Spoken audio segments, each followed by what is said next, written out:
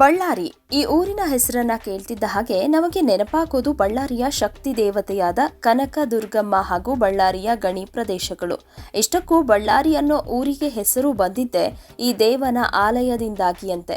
ಬನ್ನಿ ಹಾಗಾದ್ರೆ ಆ ದೇವಾಲಯ ಯಾವುದು, ಆ ದೇವಾಲಯಕ್ಕೂ ಬಳ್ಳಾರಿ ಅನ್ನೋ ಹೆಸರಿಗೂ ಏನ್ ಸಂಬಂಧ, ಅಲ್ಲಿ ನೆಲೆಸಿರುವ ದೇವರಾದ್ರೂ ಯಾರು ಎಂಬೆಲ್ಲ ವಿಷಯಗಳ ಕುರಿತು ಇವತ್ತಿನ ಸಂಚಿಕೆಯಲ್ಲಿ ಮಾಹಿತಿಯನ್ನ ಪಡೆದುಕೊಂಡು ಬರೋಣ. ಆದ್ರೆ ಅದಕ್ಕೂ ಮುನ್ನ ನೀವಿನ್ನೂ ನಮ್ಮ ಚಾನೆಲ್ನ ಸಬ್ಸ್ಕ್ರೈಬ್ ಮಾಡಿಲ್ಲ ಎಂದಾದ್ರೆ ಕೂಡಲೇ ನಮ್ಮ ಚಾನೆಲ್ನ ಸಬ್ಸ್ಕ್ರೈಬ್ ಮಾಡಿ ಹಾಗೂ ಬೆಲ್ ಬಟನ್ನ ಕ್ಲಿಕ್ ಮಾಡಿ.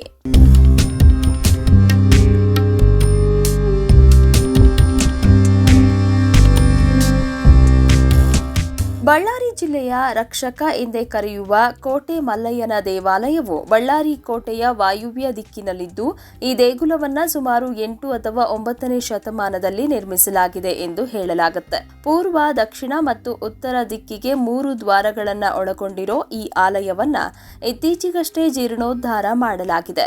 ಈ ಕ್ಷೇತ್ರದಲ್ಲಿ ಪರಮೇಶ್ವರನು ಕೋಟೆ ಮಲ್ಲಯ್ಯ ಎಂಬ ಹೆಸರಿನಿಂದ ನೆಲೆ ನಿಂತಿದ್ದು, ಈ ಆಲಯಕ್ಕೆ ಬಂದು ಪೂಜೆಯನ್ನ ಮಾಡಿಸಿಕೊಂಡು ಹೋದ್ರೆ ಅಂದುಕೊಂಡ ಕಾರ್ಯಗಳು ಅಡೆತಡೆಗಳಿಲ್ಲದೆ ಪೂರ್ಣವಾಗುತ್ತೆ ಎಂದು ಹೇಳಲಾಗುತ್ತೆ.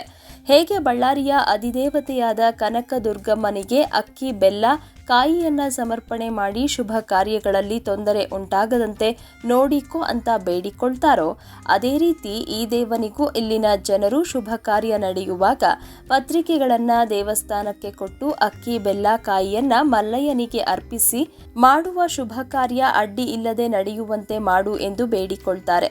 ಈ ದೇವನ ಬಳಿ ಬಂದು ಭಕ್ತಿಯಿಂದ ಬೇಡಿಕೊಂಡ್ರೆ ಮನದ ಅಭೀಷ್ಟಗಳೆಲ್ಲವೂ ಸಿದ್ಧಿ ಆಗತ್ತೆ ಎಂದು ಹೇಳಲಾಗುತ್ತೆ. ಕೋಟೆ ಪ್ರದೇಶದಲ್ಲಿ ನೆಲೆಸಿರೋದ್ರಿಂದ ಈ ದೇವನನ್ನ ಕೋಟೆ ಮಲ್ಲಯ್ಯ ಎಂದೇ ಕರೆಯಲಾಗುತ್ತೆ. ಇನ್ನು ಕಲ್ಲು ಬಂಡೆಗಳಿಂದ ಕೂಡಿದ ಈ ಪ್ರದೇಶದಲ್ಲಿ ಸಾಕ್ಷಾತ್ ಪರಮೇಶ್ವರನೇ ಮಲ್ಲಯ್ಯನಾಗಿ ನೆಲೆ ನಿಲ್ಲೋದ್ರ ಹಿಂದೆ ಹಾಗೂ ಬಳ್ಳಾರಿ ಎಂಬ ಊರಿಗೆ ಬಳ್ಳಾರಿ ಎಂದು ಹೆಸರು ಬರೋದ್ರ ಹಿಂದೆ ಒಂದು ರೋಚಕ ಘಟನೆಯೂ ಇದೆ.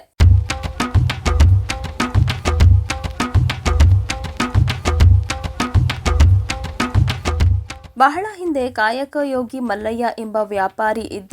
ಪ್ರತಿದಿನ ಆತ ಹಲವಾರು ವರ್ಷಗಳಿಂದ ವ್ರತವೊಂದನ್ನ ಆಚರಣೆ ಮಾಡ್ತಾ ಇದ್ದ. ನಿತ್ಯವೂ ಶಿವಲಿಂಗಕ್ಕೆ ನಿಷ್ಠೆಯಿಂದ ಪೂಜೆ ಮಾಡಿ ತನ್ನ ಕೈಯಾರೆ ಪ್ರಸಾದವನ್ನ ತಯಾರಿಸಿ ಪ್ರಸಾದವನ್ನ ಶಿವನಿಗೆ ನೈವೇದ್ಯವಾಗಿ ಅರ್ಪಿಸಿ ಆ ಪ್ರಸಾದವನ್ನ ಮಾತ್ರ ಸ್ವೀಕರಿಸುವ ಪರಿಪಾಠವನ್ನ ಇಟ್ಟುಕೊಂಡಿದ್ದ. ಲಿಂಗ ಪೂಜೆ ಮಾಡದೆ ಆತ ಏನನ್ನೂ ತಿನ್ನುತ್ತಿರಲಿಲ್ಲ. ಒಂದು ಊರಿನಿಂದ ಮತ್ತೊಂದು ಊರಿಗೆ ಹೋಗಿ ದವಸ ಧಾನ್ಯಗಳನ್ನ ಮಾರಾಟ ಮಾಡುತ್ತಾ ಜೀವನವನ್ನ ಸಾಗಿಸ್ತಾ ಇದ್ದ. ಈತನಿಗೆ ಸಾಕಷ್ಟು ವಯಸ್ಸು ಕೂಡ ಆಗಿತ್ತು. ಹೀಗಾಗಿ ಆತ ತನ್ನ ಸಹಾಯಕ್ಕೆ ವ್ಯಕ್ತಿಯೊಬ್ಬನನ್ನ ಕೂಡ ನೇಮಿಸಿಕೊಂಡಿದ್ದ. ಒಂದು ಬಾರಿ ಈ ಸ್ಥಳಕ್ಕೆ ಬಂದಾಗ ಆತನಿಗೆ ಪೂಜೆ ಮಾಡಲು ಶಿವಲಿಂಗವೆಲ್ಲೂ ಕಾಣಿಸೋದಿಲ್ಲ. ಅಲ್ಲದೆ ವೃದ್ಧಾಪ್ಯದಿಂದಾಗಿ ಮಲ್ಲಯ್ಯನ ಕಣ್ಣು ಕೂಡ ಮಂಜಾಗಿರುತ್ತೆ.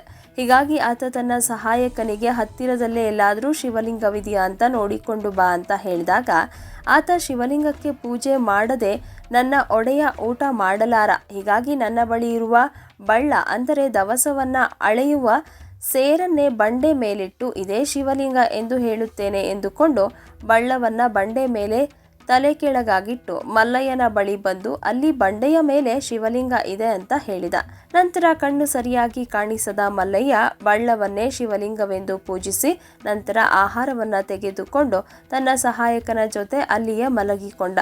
ಆಗ ರಾತ್ರಿ ಮಲ್ಲಯ್ಯನ ಕನಸಿನಲ್ಲಿ ಶಿವನು ಕಾಣಿಸಿಕೊಂಡು, ನಿನ್ನ ಸಹಾಯಕನು ನೀನು ಊಟ ಮಾಡಲಿ ಅನ್ನುವ ಕಾರಣದಿಂದ ಬಳ್ಳವನ್ನೇ ಬಂಡೆ ಮೇಲಿಟ್ಟು ನನ್ನ ಆಕಾರವನ್ನ ಮಾಡಿದ್ದಾನೆ. ನೀನು ಬಳ್ಳವನ್ನೇ ನಾನೆಂದು ತಿಳಿದು ಪೂಜೆಯನ್ನ ಮಾಡಿದ್ದೀಯ, ಹೀಗಾಗಿ ನಾನು ಈ ಸ್ಥಳದಲ್ಲಿಯೇ ನೆಲೆ ನಿಂತು ಭಕ್ತರನ್ನ ಹರಸುತ್ತೇನೆ ಅಂತ ಹೇಳಿದನಂತೆ.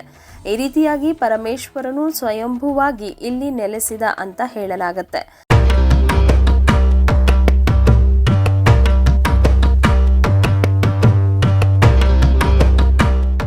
ಬಳ್ಳ ಎಂದರೆ ಸೇರು ಮತ್ತು ಅರೆ ಎಂದರೆ ಬಂಡೆ ಎಂಬರ್ಥವಿದ್ದು, ಬಂಡೆ ಮೇಲೆ ಬಳ್ಳವನ್ನ ಇಟ್ಟುದರಿಂದ ಈ ಸ್ಥಳವನ್ನ ಬಳ್ಳಾಹರ ಎಂದು ಕರೆಯಲಾಯಿತು.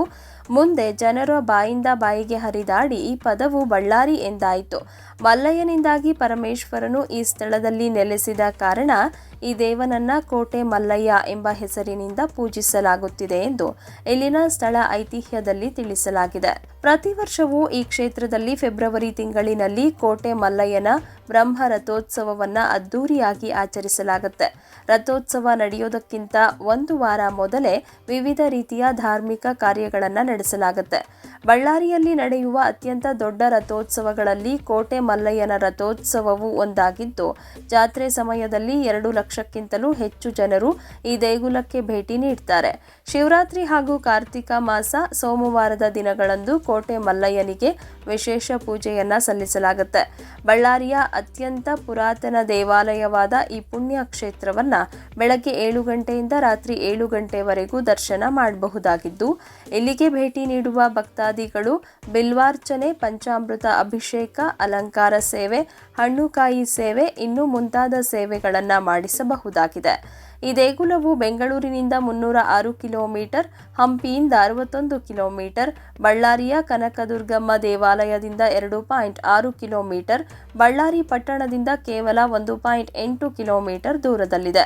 ಬಳ್ಳಾರಿಯು ಉತ್ತಮವಾದ ರಸ್ತೆ ರೈಲ್ವೆ ಸಂಪರ್ಕವನ್ನು ಹೊಂದಿದ್ದು, ಬಳ್ಳಾರಿ ಪಟ್ಟಣದಿಂದ ಆಟೋ ಮಾಡಿಸಿಕೊಂಡು ಸುಲಭವಾಗಿ ಈ ದೇಗುಲಕ್ಕೆ ತಲುಪಬಹುದಾಗಿದೆ. ಇಲ್ಲಿಗೆ ಭೇಟಿ ನೀಡಿದರೆ ಬಳ್ಳಾರಿ ಕೋಟೆ ಹಾಗೂ ಕನಕದುರ್ಗಮ್ಮ ದೇವಾಲಯವನ್ನ ಕೂಡ ಕಣ್ತುಂಬಿಕೊಂಡು ಬರಬಹುದಾಗಿದೆ. ಸಾಧ್ಯವಾದರೆ ನೀವು ಒಮ್ಮೆ ಈ ಪುಣ್ಯ ಕ್ಷೇತ್ರವನ್ನು ದರ್ಶನ ಮಾಡಿ ಬನ್ನಿ ಅಂತ ಹೇಳ್ತಾ ಇವತ್ತಿನ ಧರ್ಮ ದೇಗುಲ ದರ್ಶನ ಕಾರ್ಯಕ್ರಮವನ್ನು ಮುಗಿಸ್ತಾ ಇದ್ದೇವೆ. ವೀಕ್ಷಕರ ಗಮನಕ್ಕೆ, ನಿಮ್ಮ ಅನಿಸಿಕೆ ಅಥವಾ ಅಭಿಪ್ರಾಯಗಳನ್ನು ಕಾಮೆಂಟ್ ಮುಖಾಂತರ ವ್ಯಕ್ತಪಡಿಸಬಹುದು ಹಾಗೂ ನಿಮ್ಮ ಸುತ್ತಮುತ್ತ ಇದೇ ತರಹದ ಅದ್ಭುತ ದೇವಾಲಯಗಳಿದ್ದರೆ ಅದರ ಸಂಪೂರ್ಣ ಮಾಹಿತಿಗಳನ್ನು ನಮಗೆ ಇಮೇಲ್ ಮುಖಾಂತರ ತಿಳಿಸಬಹುದು. ನಮ್ಮ ಇಮೇಲ್ ID inspirecannadachannel@gmail.com. ಮುಂದಿನ ಸಂಚಿಕೆಯಲ್ಲಿ ಮತ್ತೊಂದು ವಿಶೇಷವಾದ ದೇಗುಲದ ಮಾಹಿತಿಯೊಂದಿಗೆ ನಿಮ್ಮ ಮುಂದೆ ಬರ್ತೀವಿ. ಈ ವಿಡಿಯೋ ನಿಮಗೆ ಇಷ್ಟವಾಗಿದ್ದಲ್ಲಿ ದಯವಿಟ್ಟು ನಮ್ಮ ಚಾನೆಲ್ನ ಸಬ್ಸ್ಕ್ರೈಬ್ ಮಾಡಿ ಹಾಗೂ ಬೆಲ್ ಬಟನ್ನ ಕ್ಲಿಕ್ ಮಾಡಿ. ವಂದನೆಗಳು.